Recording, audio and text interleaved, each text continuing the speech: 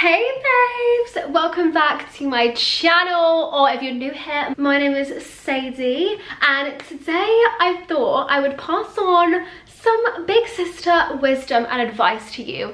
I'm 27, nearing on 28, and I feel like through my early 20s and late teens, I went through a lot. I feel like I've been 10 different people, I've lived 1,000 different lives, and when I reflect upon my younger self, I just wish to go back and like shake her and be like, it's gonna be okay, or like stop acting the way you're acting because you're being a crazy bitch. I thought, why not pass on the wisdom that I wish I knew in my early 20s onto you? And it doesn't matter whether you are in your 20s all the way to your 60s or in your teens, I'm sure this advice will still resonate. I would absolutely love it if you would like, comment, subscribe. I'm trying to get to 40k subscribers. It would mean everything to me. YouTube is like my safe, happy place. So yeah, go and do that, and let's get on with the advice. The first piece of advice I wish I knew in my early 20s is when people tell you that your dreams are too big, don't listen to them.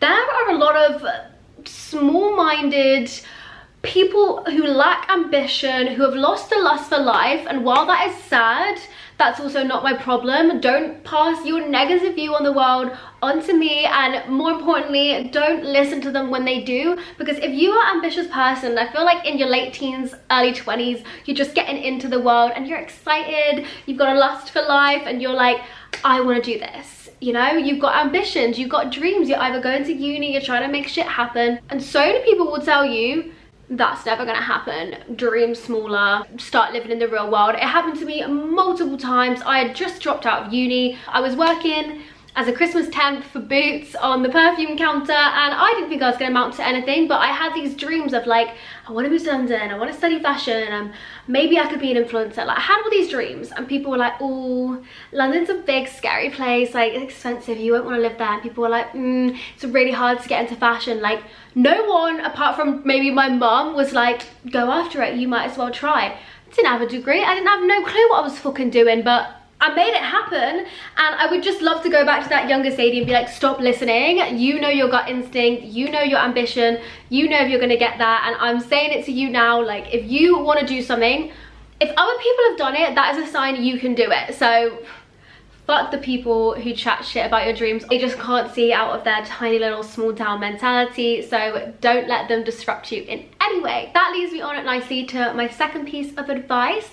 Is it's okay to try things and fail. Like, it is okay to fail. It's okay to be shit at something. I feel like we get into this mentality, especially at school, that you're not worth it if you're not doing well, especially for people who were like high achievers at school or in the gifted and talented. I was really good at English and drama, and I really fed off of that validation of getting good grades and the teachers being like, you're doing well. So when I went into the real world and started failing, it was a massive shock to me, and it really knocked my confidence. And I think it's something we all have to go through in our early 20s, and just life in general. People still try new things and fail at 40, 50, 60. Like, really, we should never stop, because it's okay. How do you know if you want to do something or are good at something unless you try it first? Like, as I said before, I tried to go to uni and I lasted 6 weeks, and I saw that as the biggest failure ever, just going back to my little retail job and having to admit to everyone like, oh yeah, I left uni. Like, I thought my life was over. But if I didn't do that, I would have always wondered. I would have been like, I should have gone to uni. I should have gone to uni to study drama. I needed to live it out to know that it wasn't right for me. And I would say the same to you. Like, even I went and studied fashion and got a job in fashion, and in the end I realized that wasn't for me, and now I'm doing influencer, and I might, you know, next year realize influencer stuff's not for me and try something new. It doesn't need to be a failure, but we need to go through this cycle of life to find eventually like our true purpose, our true passion. You see so many people like J.K. Rowling. I don't support what she says about trans people, but she like took Harry Potter to so many publishers, like 10 plus, and everyone was like, nah, don't want it, and it ends up being the best-selling book in the world. So just try things and fail. It is better than staying stagnant and never trying anything. Like, action is better than thinking, oh, I'd like to do that. Like, don't have regrets, just do things. It's all right. And I wish I wasn't so hard on myself about that when I was younger. Number 3, God, Sadie in her early 20s really needed to hear this. If a boy doesn't like you, it is not the end of the world. Like where I had daddy issues and was working out who I was and my sexuality and me as a person, I used to rely on male validation so much, and I hate that. I hate admitting it, but it needs to be said for me to grow from it. Like everywhere I went, like if I was out on a night out, I needed boys to chat to me. I needed people to say I'm pretty. I needed people to be obsessed with me. Like I always needed to be texting a boy. Like I always needed to be in a relationship. Like it's okay to not have a boyfriend. It's okay to not have boys think you're the sexiest thing ever. Like boys would fancy a fucking chicken pie, do you know what I mean? It's actually not that fulfilling. Like they find most girls attractive, like they would probably sleep with anyone. But for me, where I was just, you know, figuring myself out, and I couldn't connect the fact that my dad left with the fact that I was seeking this sort of attention from men as a way to like feel wanted and get over that abandonment. So you should definitely read about stuff like that if you've got daddy issues. I really hate saying that word because it puts it on the girl. You don't need that, okay, Sadie? You're all right. There's other ways to feel validated and fulfilled, and you can get everything that you're searching for from a guy. You can get that from yourself, and you need to have that period of being alone to discover your true confidence. Number 4 is never get FOMO. Easier said than done, but it happens when you're younger. You see people at parties even now and you're like, oh, I wish I went, or wish I was invited, or there's a reason you can't go. You might be working or whatever, and it just feels shit. Or you're in on a weekend, everyone else is out, and you're like, oh, fuck off. Don't get FOMO, because in life, my mum taught me this, there's always another party. There's always something else that's going to be going on. It's not the last party you'll ever get invited to. It's not the last thing going on. Yeah, it would have been good, but also it's nice for people to miss your presence. If you're at everything, they'll never get a chance to be like, oh, she's really fun, I wish she was here. Like, it's okay. You don't need to be at everything every time. FOMO is okay, and it's good to learn to just be able to be okay in your own company and not be out every single fucking night. All right? This one I need everyone to pay attention to. You are not a bitch for saying no. God, louder for the people in the back. You are not a bitch for saying no. Never, never. Honestly, younger Sadie would say yes to everything. She would literally go to the opening of an envelope if a friend asked her to. I used to feel so guilty for saying no to things that I would just go to everything at the expense of my mental health, my time, my energy, my money. Like, why? I went to things I didn't want to go to. Why did I do that? Why do we do that? I think it's because women are sort of raised to be people pleasers and feel extremely guilty if we're not making everyone around us feel happy and comfortable. But the person that is affecting is you. When you say yes to things you don't want to do, you're affecting it yourself. Like, it's as simple as being like, I don't want to fucking go to that. You're not going to lose a friend. Someone's not going to hate you. Obviously, there's exceptions if you have like a family commitment or something that's really important to your friend, and every now and then, like, we do things and we're like, oh, I don't really want to do that. Like, we have to do some things we don't want to do in life. But mostly, if you don't want to fucking go, do not go. Just say no. Even at work, with family, like honestly at work, I used to get so much guilt to say like, no, I don't have the capacity to take this on, and I'd be staying late, I'd be stressed, I'd be like having mental breakdowns doing work at home because I was so scared just to say to my manager, no, I can't take this extra thing on. Like, what the fuck? And then when I eventually had a breaking point and needed to take like a week of work for stress, she was like, Sadie, why didn't you just fucking tell me? If you're always saying yes to things, people just think you're down. When you say no to something, eventually that person's gonna be like, okay, Sadie doesn't want to go to workout classes. Do you know what I mean? Like, if I keep saying no, eventually they'll get the point. Like, okay, I won't invite Sadie to those sort of things. Just say no. N-O spells no.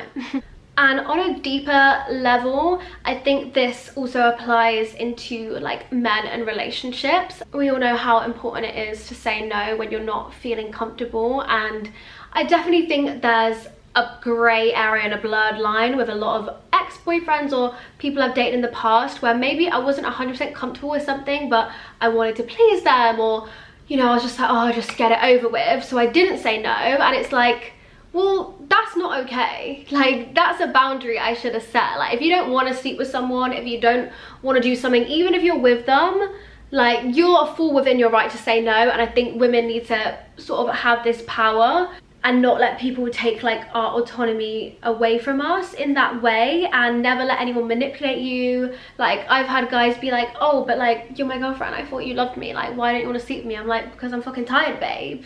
Like, I literally want to sleep. Like, I don't want to have 2-3 minutes of like boring sex with you right now. Like, that's okay, all right? So it goes deeper than just saying no to friends and family. It's very important for women. Like, a man wouldn't think twice about saying no, so why are we so scared? Like, it angers me. I hate it for younger Sadie. No. Next piece of advice is, it is okay to view relationships as transactional.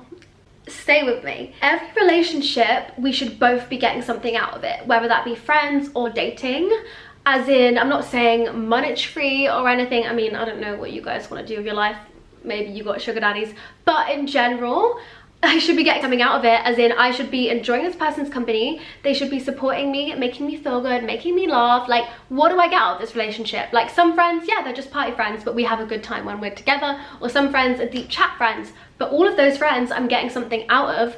I stayed in friendships and relationships for way too long because I was a people pleaser and just so desperate to be liked that I didn't ever step back and go, what am I getting out of this? Like, because I'm pouring into their cup to the point where my cup is completely empty, but they're not pouring anything back. So I'm walking around with an empty cup, just like trying to get through life, not enjoying it.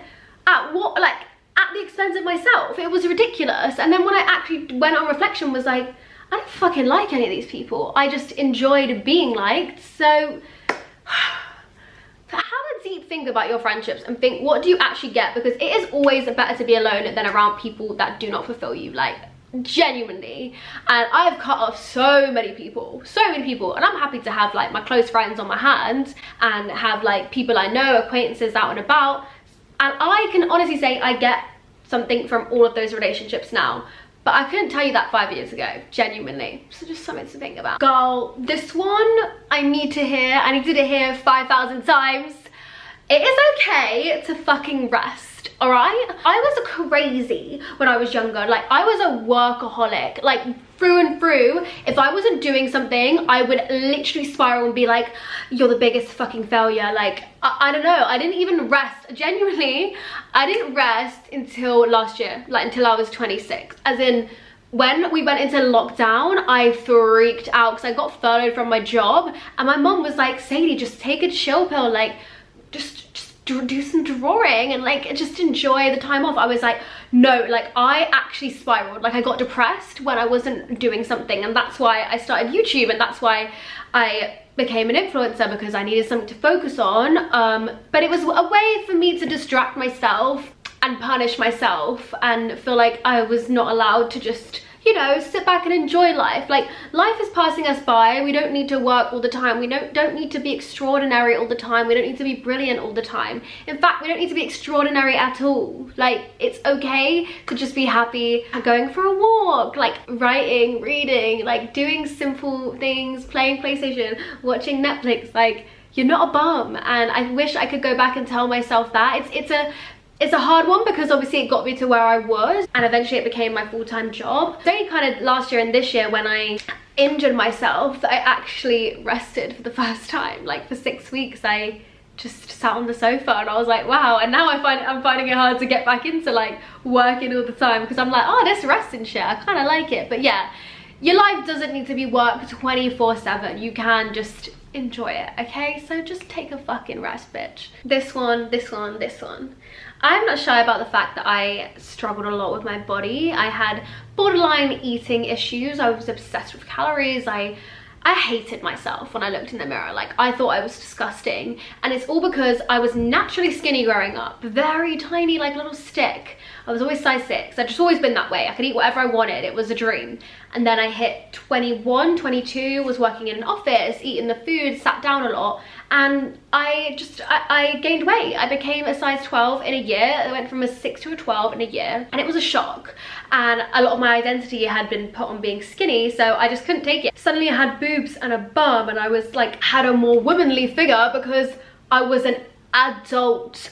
I didn't have the pubescent teen body, and I feel like women do go through like a second puberty where we kind of fill out more and we grow into our bodies, and that's okay. Women naturally store more body fat in their lower belly. Like, that's just how we are. We get cellulite. I know it's annoying, but it's not the end of the world. And I really wish I could go back and tell myself, like, it's okay to gain weight, and it's okay to not be stick thin and perfect, and there genuinely is more to life than hating yourself and counting calories and driving yourself insane. I looked beautiful, and I would just put clothes on and be like, ugh, and the first thing I would think when I wake up would be like, your body's disgusting. It was not a way to live. I wouldn't wish it on my worst enemy, and I wish I discovered, you know, the power of body confidence and healing and doing all those things sooner, because it would have saved me a lot of ag.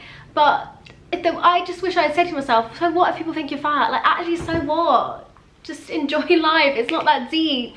We were not put on this earth to just look perfect for everyone. Like, who am I doing it for anyway? Like, yeah, it's nice to look in the mirror and go, I look good today. But ultimately, I was doing it for other people to think I'm attractive. Like, it was definitely a validation thing, and I couldn't stand the thought of someone thinking I was fat. And now I'm like, all right, they think I'm fat. It doesn't matter. So yeah, that would have saved me a lot of trauma, let's be honest. The next one is, bitch, get help. Like, go and get help. Get therapy, get counseling, do whatever you can. I know it's expensive, and that's what put me off. I'm from a poor family. I didn't have a lot of money. I was earning, like, honestly, pennies. I was earning 16K a year as an intern. I don't even know how I lived in London. I don't know how I did it. And it was the last thing on my mind. I was just focused on work and relationships and everything else. It didn't even occur to me in my early 20s to focus on myself and my well-being. Like, it wasn't even, I don't know, wellness was not in the conversations I was having. It was not in things I was seeing. I think now the younger generation will do better, because it's something we talk about on TikTok. We talk about anxiety and mental health and the importance of looking after yourself. I just think now you can't put a price on figuring out the demons in your brain. Like, genuinely, it changed my life. When I could finally afford therapy, I would spend that money over and over, because it really changed how I thought about everything, how I think about life. And it just was amazing to have someone go back through things I'd never addressed in my past, or things I didn't know were trauma, and really listen to me and be like, Sadie, like, that was a lot to go through, and you need to address it. If we don't address the things that we've hidden deep inside the corners of our brain, and we've locked away, and we're not, because it's horrible and hard and we know we're gonna explode, it comes out later in life in, like, illness, or your depression and stuff will get worse. Like, we need to face our demons. Yeah, I can't recommend it enough, and I wish I could go back to younger Sadie and be like, sort yourself out a bit, love. Just sort yourself out. On the same strain as that, I think really good advice is to not overlook your mental health and routines, and finding things that make you inside feel good. I do all these beauty treatments and wear all this makeup and spend all my money on clothes, but I never, you know, found a workout routine that worked for me, found healthy meals to eat. I would just eat cheap shit and junk food, and, you know, I never found journaling. I never found spirituality. I would say find whatever it is that works for you, that is good for, like, your mind, body and soul, and it will help every other aspect of your life. Without that, you don't really have anything. Like, without health, we have nothing. So it should be one of our main priorities, and I really wish I poured more time into that when I was younger. Another one about relationships: stop letting men disrespect you and walk all over you just because you were so scared to be alone and would do anything for a shred of affection. The amount of bad relationships I was in when I was younger was crazy, and I'd never even, until I was 25, I hadn't been single. I'd been single for like a month, and I'd had like 3 boyfriends. It was crazy. I was one of those girls that would just go relationship to relationship to relationship. I didn't fucking know who I was.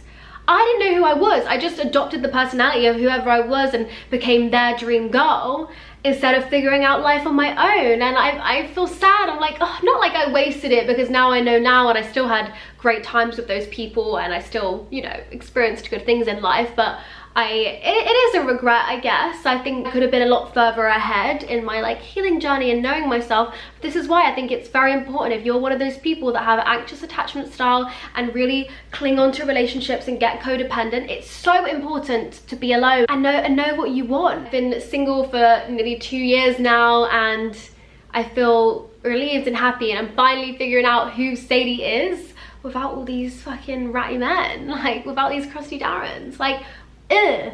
Okay, this one is so important, and something I still struggle with and need to listen to my own advice here, but that is stop always wishing for more. It's a very elusive thing that we call living in the present that none of us can seem to manage, and it's just the human psychology of our brains that we wish for more. If we didn't have ambition, if we didn't wish for more, we literally, you know, the human race wouldn't have invented cars, we wouldn't have invented computers, we would still be caveman, just happily milling around. Like, the need for more and the need for invention and the need for moving forward is always going to be in our psychology. But I do think we should try and curb it a little bit and just try and be as happy as we can for where we are in that moment. Like, it's the perfect balance of being grateful for where we are right now, but also still striving for better. But there's so many times where I remember just hating life, like hating everything from my living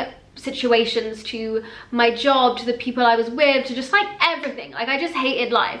And when I look back at those times that I know I hated it and I read my journal, I'm like, I look back and I have nostalgia and I kind of like miss them. And it's so stupid because I'm like, what the fuck, you had it good. It's like when we hate school so much and we look back and we're like, yo, we were just vibing with our friends, going to class. And it's just sad that we can never appreciate what we have in that moment. And it's something that I'm still trying to learn and still trying to practice. And no, none of us probably, our lives are 100% what we want right now, but there will be a time where you'll probably miss it or be like, oh, that wasn't actually that bad, that was kind of fun. Maybe we're viewing it through rose-tinted glasses, but I think there can be beauty in our daily lives now. Like, I don't 100% love the flat I live in right now or where I live or whatever. Like, I've always had this dream of living alone in a high-rise apartment and, you know, being that boss bitch. But probably in 10 years, say when I have that, I'll look back and be like, oh my god, do you remember when you were just living in that flat with Leon and we were just like playing PlayStation all the time and like just chatting shit? Like, I will look back on this fondly, so I should appreciate it now where I am. So I think just try and live in the present more. That is like some of the best advice I can give to anyone. And if you've got any tips on how I can do that more, please comment them below. I don't even know what number we're on now, but stop hiding your true self to get people to like you. Kind of reflecting on what I've spoken about, I was definitely a people pleaser and just really wanted everyone to like me. This is because I was bullied when I was younger and wasn't really in like the popular crowd and didn't have many friends, especially in primary school. And like the years 6, 7, 8 are like your most formative childhood years, and that's where we learn a lot about our identity. And if we went through anything in those ages, it really stays with us. And I always felt like this loner and this outsider, and so to me it was like, to be happy I have to have friends. Like, I need to be liked, I need to be popular. And it stayed with me all throughout secondary school. I was pretending to be someone I wasn't to fit in with the popular girls. And I even did it in my early 20s. Like, I just would agree with people and say opinions I didn't even mean to fit in with them. And I would hide parts of myself. I would definitely hide my authentic self. I would hide what music I liked. I wouldn't say I liked Ariana or Lady Gaga or pop music because I thought it was embarrassing. Everyone liked really cool music and I didn't. And I would, you know, hide my interests and hobbies because I just thought I was too much or people wouldn't get it. And I still get people who say, you know, what the fuck when I tell them the things I like, but they're not my true friends and they're not the true people I want to hang out with. In the last especially 2 years, I've been embracing my authentic self, working out my likes and dislikes, and it has been huge for my confidence because now I'm like, yeah, I'm allowed to like the things I like. So what? Like, a life is wasted pretending to like things that you don't just to get people to like you, or just doing anything to get people to like you that's not your true self.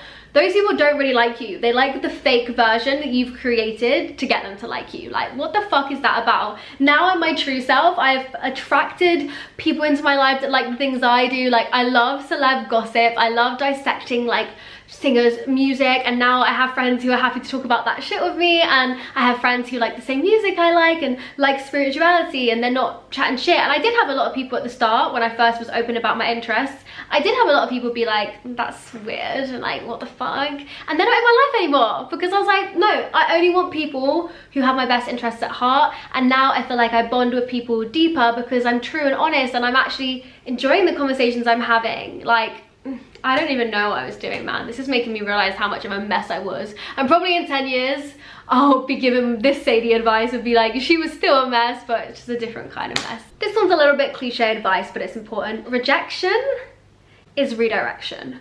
I've been rejected from like, honestly, more things than you would realize. Instagram, social media is definitely a highlight reel. You'll see all the jobs I'm doing, or the shoots I'm going on, the events I'm going to. You don't see all the shit I didn't get. I went to so many job interviews trying to do fashion that all said no. I have been turned down from a million brand campaigns, and as time's gone on, I've just got used to it. I was turned down from Love Island like twice, and now I'm like, fuck me, I'm so glad I didn't do Love Island. That would have been the worst thing for me. And I do think it's just that cliche saying, every time a door closes, another one opens. Nothing that is meant for you will pass you by. And I think knowing that gives us a sense of peace.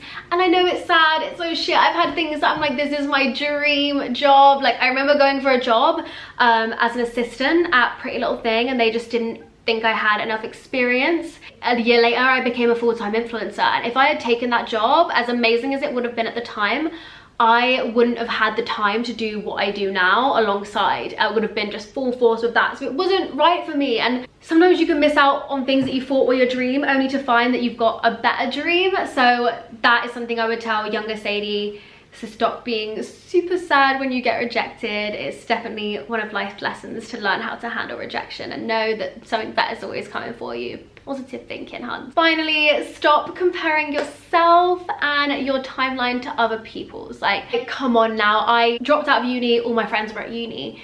All my friends got jobs, I didn't have a job. People have partners, I didn't have a partner. Like, so many things I was like, I'm not doing good because of how everyone else is, or like looking at people on Instagram, they've got all these followers, I don't, they're doing this, I'm not. Like, just shut the fuck up, it doesn't matter. Like, go outside, touch some grass, get off your fucking phone and stop spiraling, because your time will come, and it's coming, and everyone has their moment, and things will happen just right as the universe wants it to. So just have some peace, because babe, you will get there, okay? And I did, and I'm still struggling with that now. I'm like, oh my god, everyone's buying houses and got boyfriends, and I'm just single, like, vibing. But that's okay, because my time will come, and there'll be a reason why I was meant to be single for this long, because the right person will come. Like, if you just trust your timing.